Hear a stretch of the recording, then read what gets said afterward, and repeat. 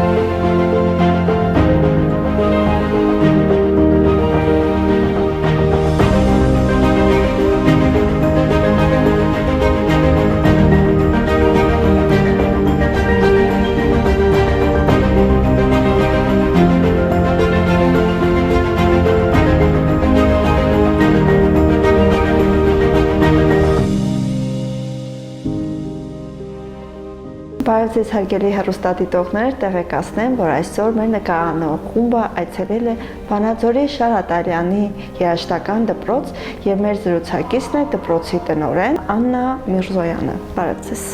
Բարև ձեզ։ Ինչպե՞ս եք։ Շնորհակալություն դուք։ Լավ։ Տիկին Միրզոյան, խոսենք երաժշտական դպրոցի գործունեության մասին, չնայած մենք բոլորս գիտենք, որ մի քանի տարի է դուք միաժամանակ ձեր գործունեությունը ծավալում եք Զարթունյանի անվան երաժշտական դպրոցի կից տարածքում, բայց այնուամենայնիվ դեռ երազում եք նոր շենք ունենալու մասին։ Շնորհակալություն հարցի համար։ Նշեմ, որ Շահր Ատալյանի անվան երաժշտական դպրոցը հիմնադրվել է 1975 թվականին։ 76 թվականից արդեն գործել է որպես ինքնուրույն կառույց։ Դպրոցը ունեցել է իր առանձին շենքը Բաթումի 9 հասցեում։ Երկար տարիներ մինչև ավերիչ երկրաշարժը գործել է այդտեղ։ Ցավոք երկրաշարժից հետո շուրջ 25 տարիներ շենքի քանդելուց հետո տնակներ են դրվել եւ շուրջ 25 տարի Շահր Ատալյանի անվան երաժշտական դպրոցը գործել է տնական պայմաններում։ Այժմ արդեն 10 տարի է դպրոցը գործում է Զարթունյանի անվան երաժշտական դպրոցի տարածքում, մեզ 15 դասասենյակ են հատկացրել, ժամանակավորապես գործում ենք այստեղ։ Ինչքան սան ունեք եւ ինչ մասնագիտական երաժշտական ուղղությամբ են երեխաները ուսուցանում, ինչպես նաեւ քանի որ շատ ծնողներ նաեւ տեղեկացված չեն, ինչ տարիքից կարող են ընդունվել այս դպրոց եւ ինչ է դա տալու մեր երեխաներին։ Այս պահին ունենք 155 աշակերտ, դաշնամուրային, երգեցողության, լարային, ազգային նվագարանների, կանոն եւ դուդուկ բաժիններում։ Ընդունելությունը կատարվում է 7-ից 9 տարեկան երեխաների շրջանակում 5-ամյա եւ 7-ամյա կրթությամբ։ Այսինքն, եթե 7 տարեկան երեխան է ընդունվում, սովորում է 7 տարի, 9 տարեկան երեխան է, բայց ոչ բոլոր բաժինները, օրինակ դաշնամուրային բաժինը պարտադիր դաշնամուրային եւ լարային բաժինները պարտադիր 7-ամյա կրթություն է։ Սովետական միության ժամանակաշրջանում, եթե կարելի է այսպես ասել, բոլոր ընտանիքները ձգտում են, որ իրենց երեխաները ունենան երաժշտական կրթություն, իսկ այսօր ինչ տենդենս կա։ 90-ական թվականներից հետո բավականին մեծ զարթոնք է նկատվում ծնողների շրջանում նույնպես բավականին շատ երեխաներ ձգտում են հաճախել երաժշտական դպրոց, ծնողները ուզում են, որ իրենց երեխաները ստանան պրոֆեսիոնալ կրթություն, ինչպես նաև զարգանան իրենց ստեղծագործական ունակությունները, կատարողական ունակությունները, երեխաները շփվեն դասական երաժշտության հետ եւ բավականին այդ շարժը նկատելի է։ Իսկ սեռային տարբերությունը ինչպիսին է։ Բնականաբար գերակշռում են աղջիկները, բայց մենք ունենք նաև տղա աշակերտներ, որոնք իդեպ նույնպես փայլուն ձևով հանդես են գալիս եւ բեմերում, եւ դպրոցի շրջանակներում, եւ համերգների ժամանակ, եւ մրցույթներին, փառատոներին, այնպես որ տարբերություն նկատելի չէ։ Իսկ ես հիշում եմ տարիներ առաջ շոկ գործիքների հետ կապված նաև կար խնդիր, որ դասարանները կարող են փակման եզին լինեն, քանի որ չկա դիմողներ։ Այսօր նման շտանք ունենք։ Գործիքների հետ կապված մեզ մոտ աշխատում են երկու երիտասարդ տաղանդավոր ուսուցիչներ՝ Արգիշտի Վարդանյանը, Դուդուկ եւ Նարեկ Կազազյանը, ովքեր ջանք ու եռանց չեն խնայում իրենց սաներին լիարժեք կրթություն տալու։ Իրենք մեծ ճանապարհ են անցել, ուզում են իրենց աշակերտներն անցնեն։ Իրենք լինելով կատարող երաժիշտներ, ամեն ինչ անում են, որ իրենց աշակերտներն էլ միշտ հանդես գան բեմերում, ինձ շատ մեր ազգային նվագարների բաժինը շատ ակտիվ է եւ դասարանական համերգներ, մրցույթներին միշտ առաջին տեղում իրենք են լինում։ Դա ձեռքբերումների մի փոքրիկ հատված է, ել ինչպիսի ձեռքբերումներ ունի հենց դպրոցը։ Դպրոցի սաները միշտ մասնակցում են համաքաղաքային, մարզային, հանրապետական, միջազգային մրցույթների։ Ճիշտ է, առայժմ միջազգային մրցույթների, որոնք լինում են Հայաստանի տարածքում, ֆինանսական դրությունից ելնելով։ Տարբեր համերգներ, դասարանական, միջոցառումներ, հաշվետու համերգներ, 24 թվականին մեր մշակույթի, կրթության եւ տուրիզմի բաժինը տարեվերջան համերգեր կազմակերպել, գալահամերգ, որտեղ ելույթ ունեցան նաեւ Շարադ Ալյանի անվան երաժշտական դպրոցի սաները։ Եվ շատ մեծ արձագանքներ ստացանք։ Տիկին Միրզոյան, ինչքան ժամանակավոր դուք ղեկավարում եք դպրոցը որպես տնօրեն։ Դպրոցը ղեկավարում եմ 2019 թվականից։ 2019 թվականից մինչև օրս ինչ փոփոխությունների եք հանդիպել, ինչպես նաև որպես կին ղեկավար, ինչքանով հեշտ եւ դժվար ձեր աշխատանքը։ Կողքից շատ հեշտ է երևում, բայց կան նաև բարդություններ։ Ես առաջնորդվում եմ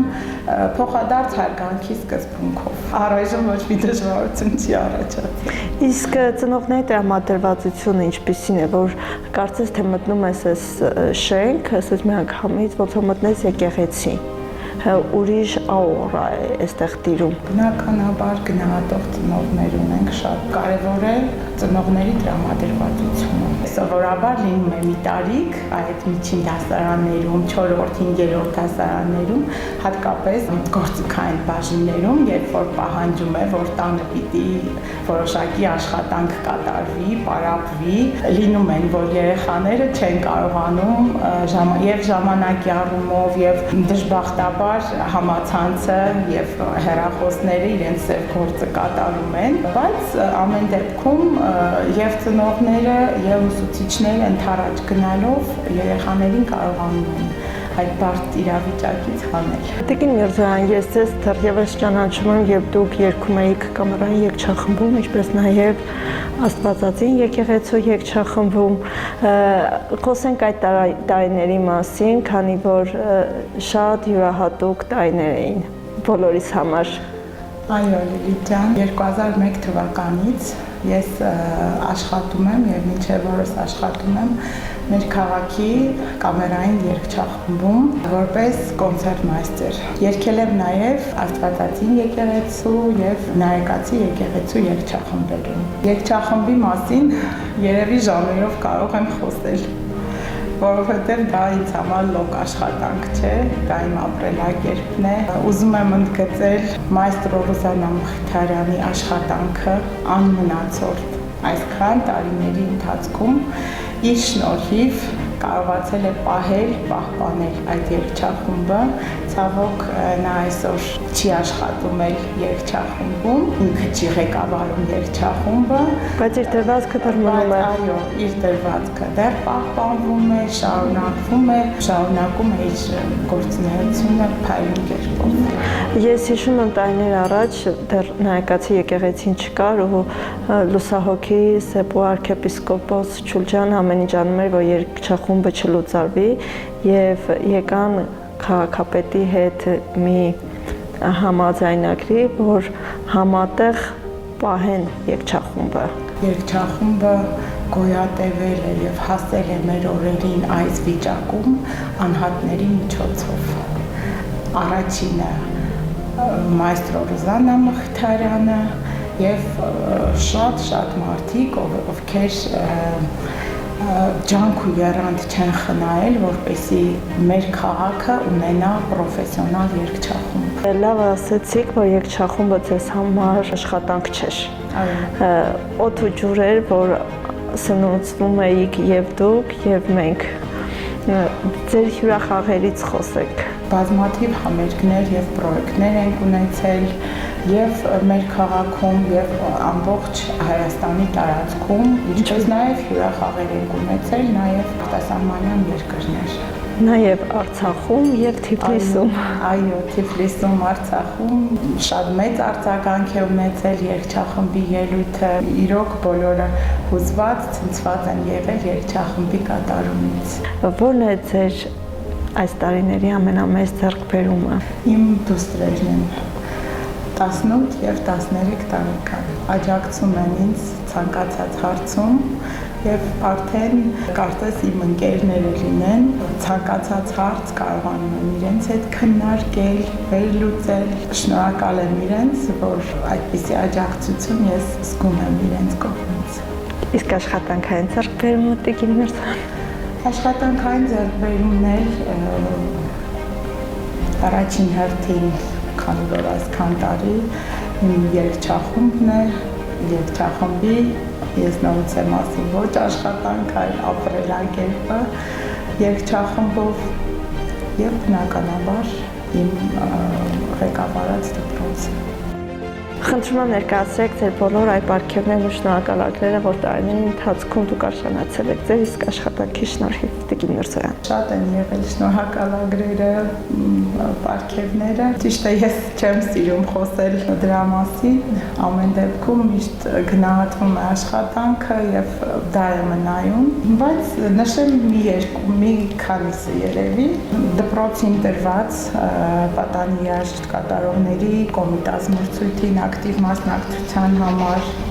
սա Խաչատուր Ավետիսյանի անվան հարաբերական մրցույթի շնորհակալագիրն է, Art Music միջազգային մրցույթին մեր սաները ամեն տարի մասնակցում են ու փայլում են։ Այդ շնորհակալագիրն է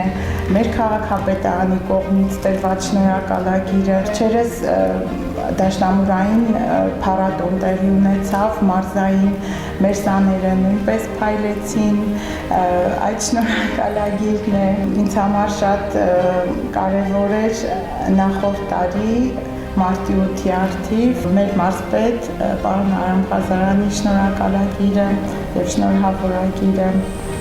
մեր քաղաքապետի պարոն Փելեշյանի շնորհակալագիրը տարեվերջին կայացած գալահամերգից հետո։ Մի խոսքով կան շնորհակալագրեր, որի համար ես իրոք ավելի պարտավորված եմ զգում ինձ եւ աշխատանքս ավելի գնահատված է, ես էլ իրենց եմ շնորհակալ դրա համար։ Տիկին Միրզոյան, մեր հաղորդման ամենամեծ աջակիցը հենց Վանաձոր համայնքի կրթության եւ մշակույթի բաժնի պետ Տիկին Մադոյանն է եւ հենց ինքը ցանկացավ, որ նկարահանենք ձեզ ձեր իսկ գործունեության մասին։ Երբ որ ես զանգահարեցի ձեզ, կկիսվեք ձեր տպավորությունների, ձեր զգացողությունների մասին, որ հենց դուք պետք է լինեք մեր ֆիլմի հերոս, այսպես ասած։ Բնականաբար շատ հուզվեցի եւ ուզում եմ իմ շնորհակալությունը հայտնել մեր բնականաբար շատ հուզվեցի, շատ հաճելի էր ինձ համար եւ ուզում եմ շնորհակալությունս հայտնել Տիկին Մադոյանից,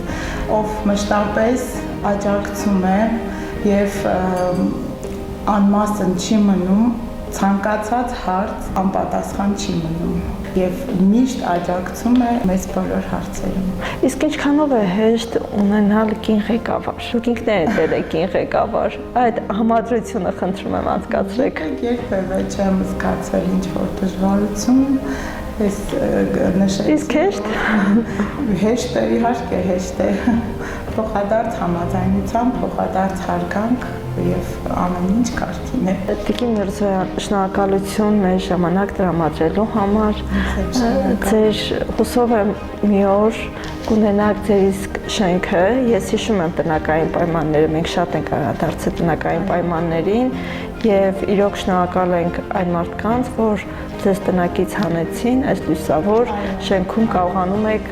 ձեր գործունեությունը ծավալել, ձեր երեխաներին մեծ բեմեր, իսկ ձեր դուստրերին հաջողություն եւ դուք լինեք առողջ, որ իրենց հասցնեք իրենց նպատակին։ Շնորհակալ եմ հարգելի։ Լավ եղեք, Տիկին Միրզոյան, շատ ուրախ էի ձեզ տեսնելու, նաև մեր հաղորդման փոքրիկ հատվածում ձեր մասին փոքրիկ շարք ունենալու համար։ Փոխադարձ։ Մնացեք բարյավ։